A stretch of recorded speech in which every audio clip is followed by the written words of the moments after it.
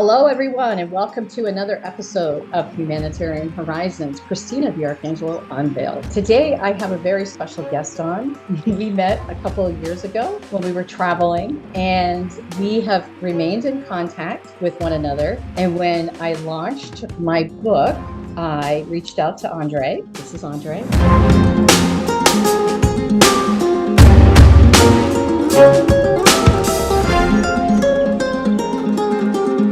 I told him of that, and he had already known a little bit about the elder abuse because, unfortunately, when we were flying, I started telling him some of the things because I was in the trench of trying to handle some of these things that were happening to my mom. So when the book released, Rescuing Mom, I obviously reached out to everybody that I'm connected to internally, especially people that are local, to let you know that I have the book done and this is what's going on.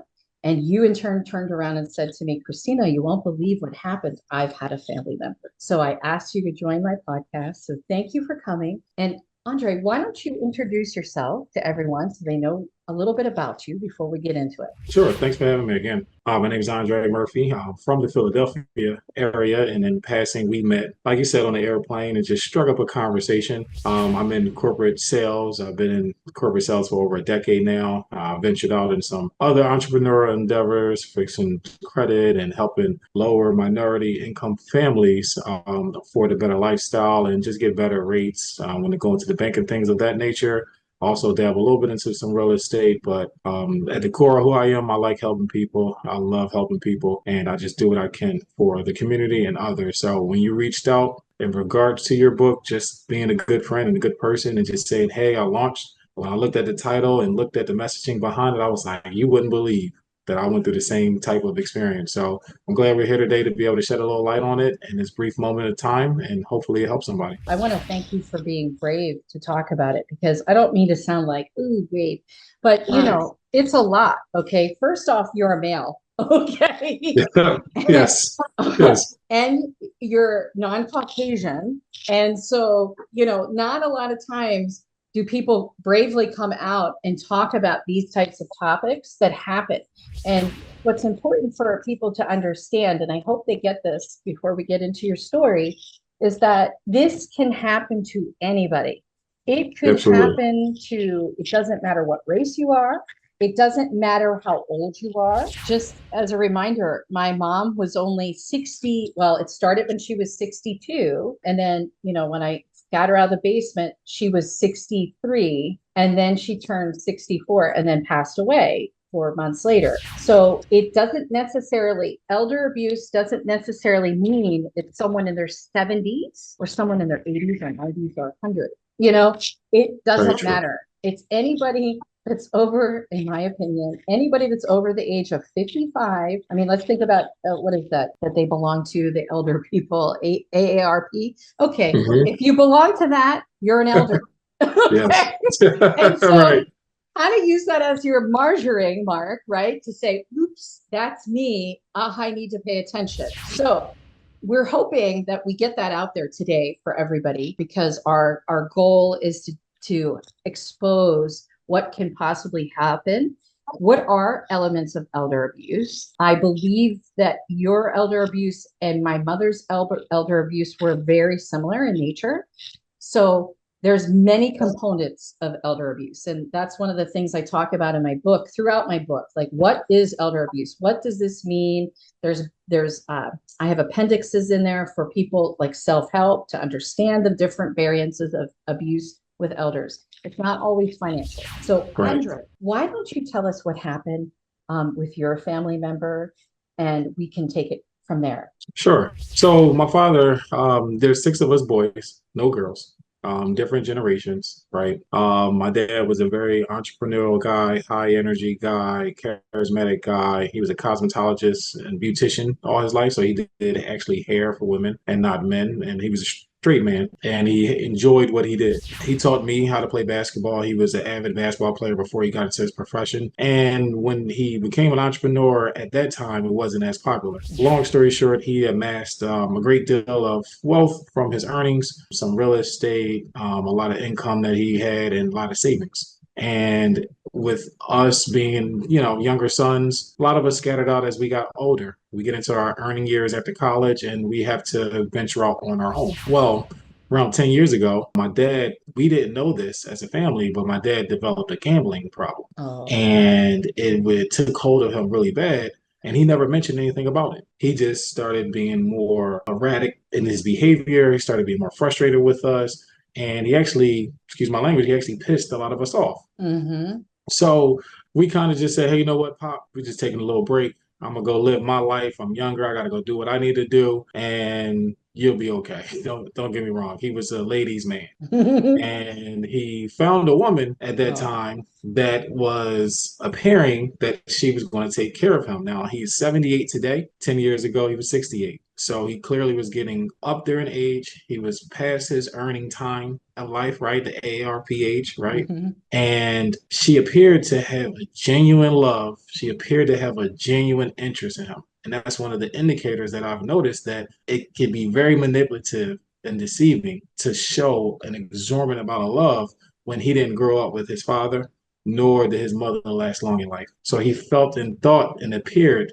that that love for him was genuine. Could I just Long, pause you for a second? absolutely, Because absolutely. similarity to your story with your dad, my mom, I had to unfortunately walk away from my mom due to her mental health issues in 2018. So not quite as long with your dad, but the same presence of, well, I can't do this anymore. Sure. And someone came along, right? Someone came along, showed him interest, said, I'm going to help you. I'm going to care for you. I love you. On my mom's situation, it was not a romantic connection. It was more like a son, if you will, to my mother. Okay. So my brother is, this is in the book and people have read my posts. People should understand that my brother had a lot of mental health issues. So for her to be attracted, if you will, and I don't mean sexually, I mean physically, no, emotionally, yes, right? And heart centered. This guy promised to help take care of her, help her pay her bills, write the checks out for her because my dad had already passed, and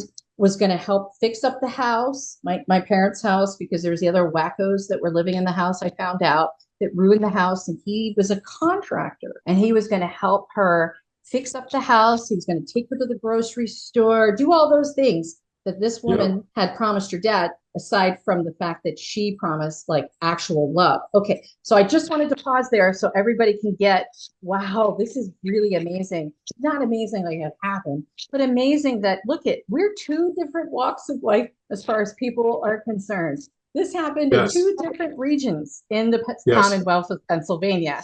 And look at this. Okay, so I'm going to stop. You can continue. I just wanted to kind of bridge that. No, definitely. I appreciate that. Definitely a lot of similarities there. At the forefront is always mental health and mental illness at times, because I think genuinely some of these people that are the abusers, they may have an agenda, but they may not also understand the ramifications and the results of what they're doing. And I think that's part of the illness part. So it came off really good and really clear that this woman at the time was going to take care of our father, and he was pissing us all off at the same time. And he was like, you know what? We'll just check on you from time to time. Now, a lot of my brothers and a lot of my family and friends, they always called me the golden child. I'm in the middle. So I have his three older brothers and two younger brothers. But they called me the golden child because I was the one to play high school basketball and was really good at it. I was the one to play college basketball, really good at it. I'm the one that won a championship and won trophies, just like my father. He taught me a lot about business. I literally had a lot of experience with him in his earning years and his successful years. And he gave me a lot of that experience and teachings. So when my oldest brother gave me a call and said, hey, you need to see your father, he's in the hospital, my dad has always been manipulative and said, hey, I'm dying. This is the big one. I'm about to go. And he always tried to use that to call me out. So this one particular time, my mom called me and said, yeah, you got to go check on your father at this time. And this was last year. And I said, you know what? This might be the time that I have to just catch back up with him. I know he's a lot older and I just got to gauge where he's at in life just to do a health assessment. Well, when I got a chance to see my father, he was so frail. He was so thin. He looked like he hasn't eaten in a long time. His hair was overgrown and he's a bald man. His fingernails and toenails were horrible. He just looked like he was not being taken care of properly. So, of course, the Andre that I am, I started doing an internal investigation within family. Like, when's the last time you talked to Pop? When's the last time you talked to Pop? What was this situation like? Why didn't I know about this? And all that being said, just to keep it summed up in a short podcast here, this person that was supposed to be taking care of my father isolated him, removed a lot of his family out of his life, removed a lot of his friends out of his life, started controlling his monies, moved her family in, which she's a mom of 8 kids and multiple generations, moved their family in, and then And their made kids sure, probably too, right? Because they got kids. yes, and then no one was ever to come see him. So when I started talking to the hospitals and I started talking to the rehabilitation centers, they were all telling me that this person has positioned themselves to be the point of contact. And I am his son. Blood. I'm his blood son. And I'm the one that all my brothers deem me to be his POA, power of attorney. So when I confronted this woman about that, she initially, and this is another thing I look at too, is not just the mental, the physical, and the financial, it's the spiritual too. Her innate spirit felt mine, and she wanted to just lash out at me when I just inquired about a few different questions. So I guess that from a mental health side was very triggering to her for me to just ask the proper accountable questions. She was caught. She's caught red-handed, scrambling, not knowing what to do. And it was just very, very unfortunate that he went through that. And she tried to take his house. She tried to take everything that belonged in it, his art paintings, his everything. And when, long story short, when she wasn't able to do that, it was kind Thank of God. a admit of a defeat. And she didn't move on right away. I did not have to get the courts involved. But my father told me, and this is how I knew this was God ordained. My father told me, at her core, she's a good person. That's what he genuinely felt. He said, I don't want you to throw her on the streets. So I told her, I said, hey, you got the winner. That's all you have. Nothing more, nothing less. You got the winner. You can get your affairs in order.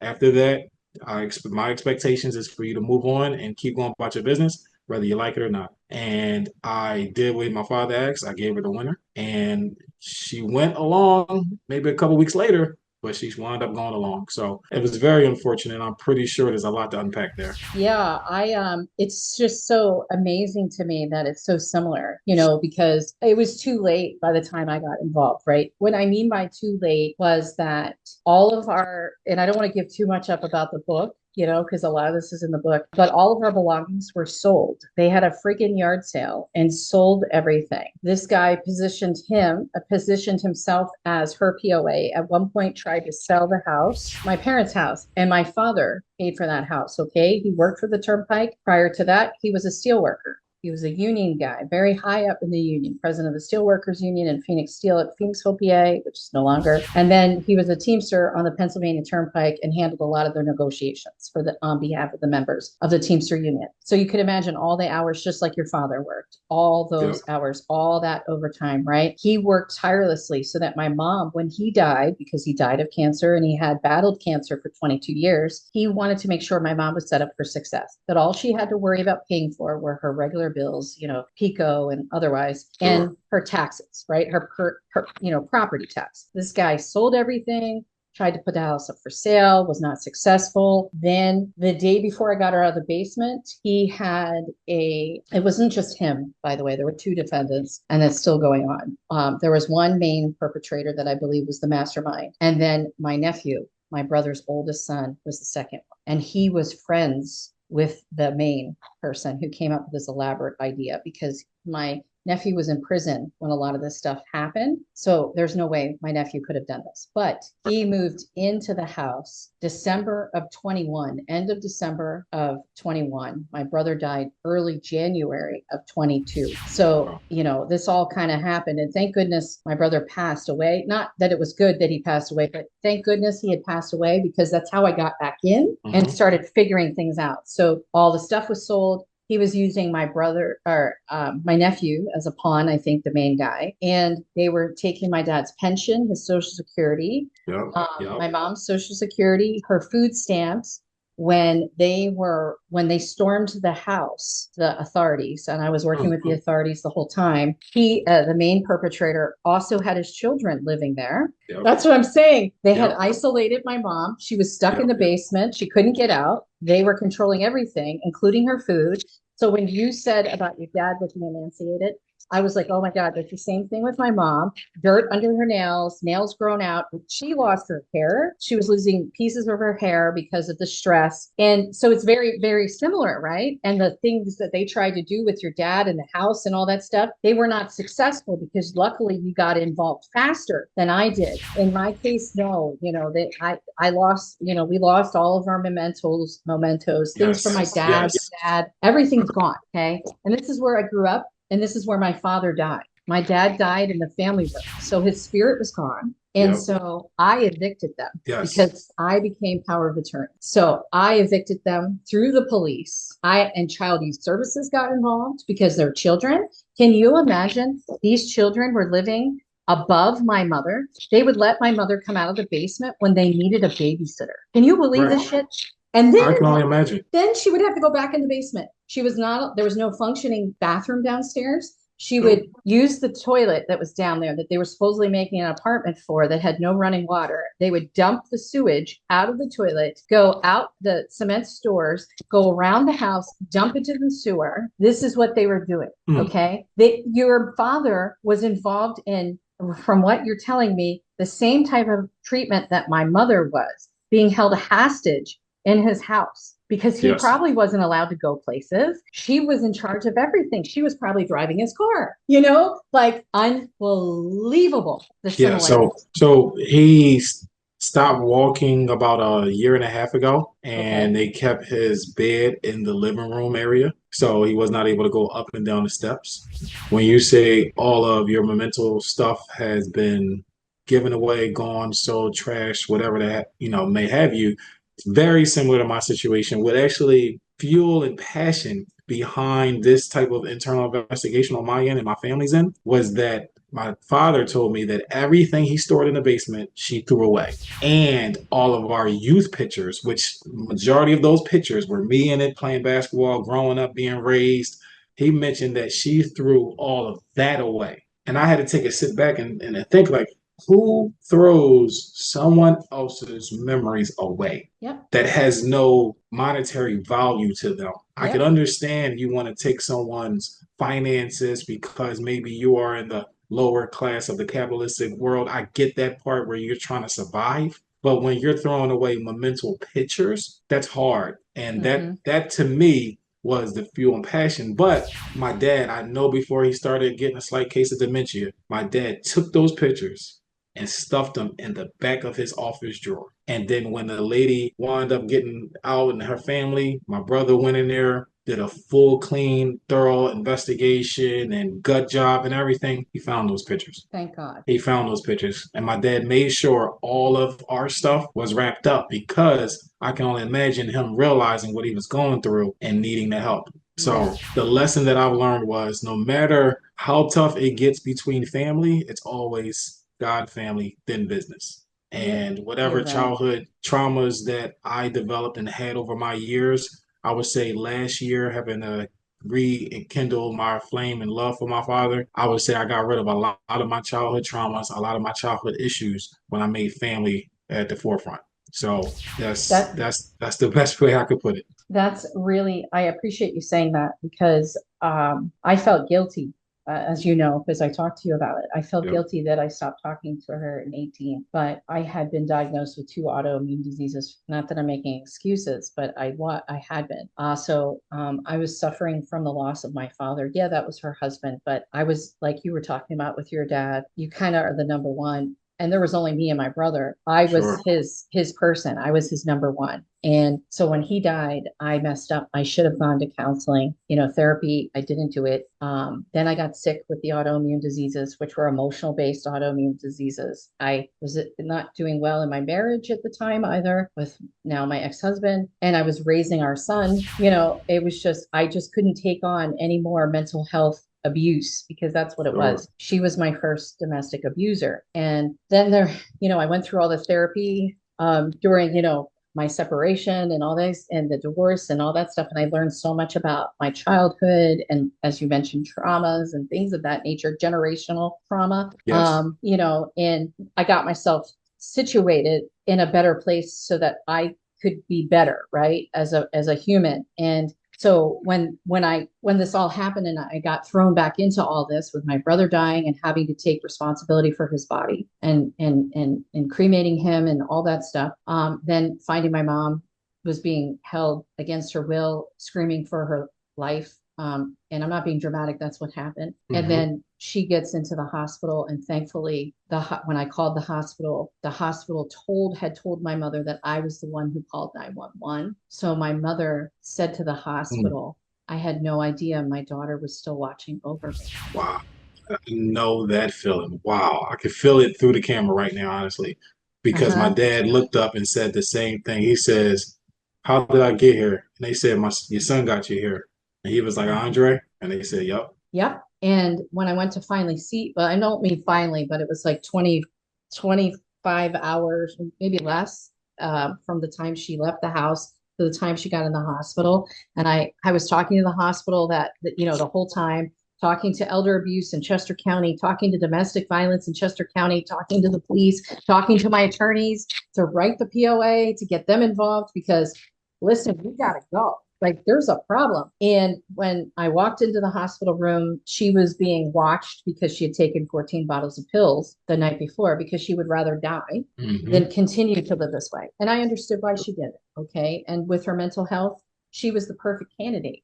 And I was estranged from her. My brother had his own issues. He wasn't around. So this was great for these people to do what they did. But when I walked in the room and she was sitting down on the chair, the image of the book cover, yes, we use AI, but that is my mom's exact picture. When you read the book, you'll see there's a picture in there. That is her. I took it, and I took it because I knew that I was going to have to fight for her, right? And get this taken care of. But she started to cry when I walked in and was like, and she apologized and said, I'm so sorry. I did what I've done to you, Chris. I was not a good mother, Chrissy, and I can't believe that you still saved me, that you rescued me. That's awesome. She told you that. That's what we're supposed to do, right? As kids, Yes. Regardless of what type of parents they're our parents, and we Yes. need to do right by them. And you're doing right by your dad still. And thank God you got in there when you did. And you helped him tremendously. And look at your relationship with him. And it also refocused you, to go, oh, family first, God, family first, then business, right? And it's such an important lesson, that we could share with people, is that it doesn't matter how successful you are in your career. And it doesn't matter if you are married and you have another family, so to speak, you know what I mean? Your marital family, et cetera. You still have to take care of where it began, and that's your parents. Yes. It's so hard when you're growing up, having expectations, right? And you're trying to meet those expectations. And let's just be honest, the baby boomer generation, they're just resilient and they were strong, and they grew up in an era that you had to be. And they had a great mix of the old lessons and seeing the new lessons and the horizon. And then our generation, we're here, and it's technology and it's a digital divide, and we're learning new opportunities and new technologies, but we have to blend the old school mentality, and it comes off as rigid. It comes off as friction, and it's hard. Right. And they want us to learn a lesson, but we have a lot of lessons to learn. And it takes a time where we isolate ourselves to think, I need to learn this. I need to take advantage of my life. I need to grow and develop and do what you did. And in that process, there's a lot of tough conversations that need to be had. And let's just call it what it is. A lot of families don't have them. Right. And then trauma develops. You're And right. then next thing you know, you look up and don't know how I got here. Yep. And I just hope that if there's someone out there going through the same thing, that they read your book, get a chance to understand experience, because we are going through the same things as people. Yep. And Right. at the end of the day, no matter where you look at on the Forbes list, at the top is always families. Yep. And that should be the main thing all the Yep. time. It's not going to be comfortable. It's not going to be easy, but it got to always be family first. Yep. And you know what? What's been amazing, in my career journey, since you brought it up, I recently got a Forbes United Arab Emirates UAE about the book. Awesome. And it's really important because Forbes doesn't write book articles about these kinds of topics. And I am thankful, I'm thankful to God, because I feel like God puts us in certain positions to do things, right? He put you in Sure. that position to do what you did for your dad, Yep. I know that God put, and even with your career and your life and everything, right? And you're Right. just, I liked you immediately when I met you. You just Thank have you. you're integrity based. You're a hard worker. I could tell all these things when I met you, and that's why I just jived with you. And Thank you. you're welcome. And I feel like God has done the same thing with my life, and what I do and why I do things I do. I don't do things because I want credit for it. I do things because, like you said earlier, we need to help people. We need to show people that this is happening so we can help people understand that this is happening out there in the world. There's a lot of cases about this, and they're coming up constantly. I'm reading them constantly. I'm sure you're reading them now too, because we've been impacted by this personally. And Yes. it's really important that we come together and we help people. And one of the other things I was thinking about when you were talking about our generation and what we're supposed to be doing, we also have to show the ones coming up, right? I have an 11-year-old now, and my son watched, like, he went to the house with me. I had no choice. I'm a single mom. I had to take him, and he was Sure. there it was day 2 after I took possession back. So the first time I was back on that property was the night they stormed the house, the authorities, and I had to change 11 locks. They had Mhm. cameras all over the place watching me on their phones, Google cameras. And so I'm ripping cameras down. And you could imagine, like, you guys see this nice Christina DiArcangelo, but there's the side. I'm Sicilian. I'm my father's daughter. We There know you where he go. came from. I'm not putting, and I'm ripping the cameras down with the police. I'm like, oh, and you're watching me, and I'm taking back what was my family's. There you go. There you And go. my nephew grew up in my house, my parents' house. That was my house, my brother's house. You Yep. grew up in this house and you let this person do this to us, this outsider. Where is your loyalty? Right. What is wrong with you? And Right. so my son saw this. My son is still seeing things. You know what I'm saying? Because we're not done yet. And Mhm. my son knows better. He's not going to let this happen to me, God forbid, when I get older, because he's going No. to know what to look for. But he is going to be an advocate, and he will use his voice for better.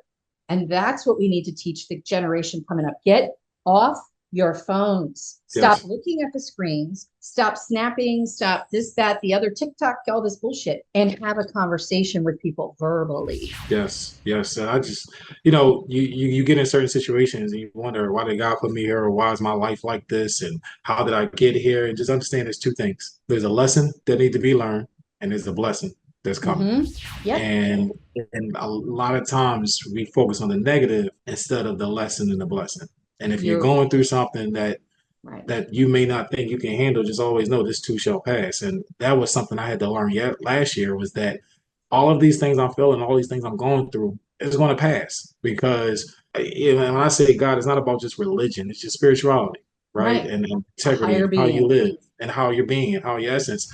And there's only two sides. It's Mm-hmm. God's side and it's the other side. Mm-hmm. And she messed with my side when I'm on God's side, and it just so happened that it was post COVID, and I have a different found energy post COVID, just like we all do. And she Mm-hmm. messed with the wrong one and messed with the wrong family. But in all essence, as the lesson, it pulled our family closer together. Mm-hmm. I have communication with all my brothers, which never happened in my lifetime, to be honest. We all in a group chat together. We all on the phone together. We all are visiting each other together. And it just amazes me that regardless of what happens to you in your life, there's still always the opportunity for togetherness. And I think that's the main point here. I love that. Well, we've gone a little bit over. I Sure. could I couldn't help it. I mean, I've been so good today, knocking off like when I'm supposed to, but this one's a little bit longer because you know what? We touched on a lot of different things. It wasn't just Yes. elder abuse, family behaviors as a human and how we conduct ourselves. So I want to thank you. Thank you so Thank you. much for being vulnerable and sharing this with me, and then obviously all of our viewers and listeners, because this is important. And I know that I have a feeling we'll be doing some stuff together in the future about Yes. this. Yes. Because I just have a feeling, you never know, we might have a symposium about elder abuse, and you'd be a great guest to help Thank with you. that because you Thank know you. firsthand. And we we have similar threads, and how we have glued our fabrics together and created who we are as humans. Thank you. Well, I appreciate the invite, and if there's anything I can do to support you, then just let me know. Thank you. Thank you so much. So we're going to end for today. I'm sure we'll have another discussion as we usually do, with our guests, with Andre specifically. Thank you for everybody who supports us. Thank you for tuning in to Humanitarian Horizons. I am Christina DiArcangelo, Unveiled.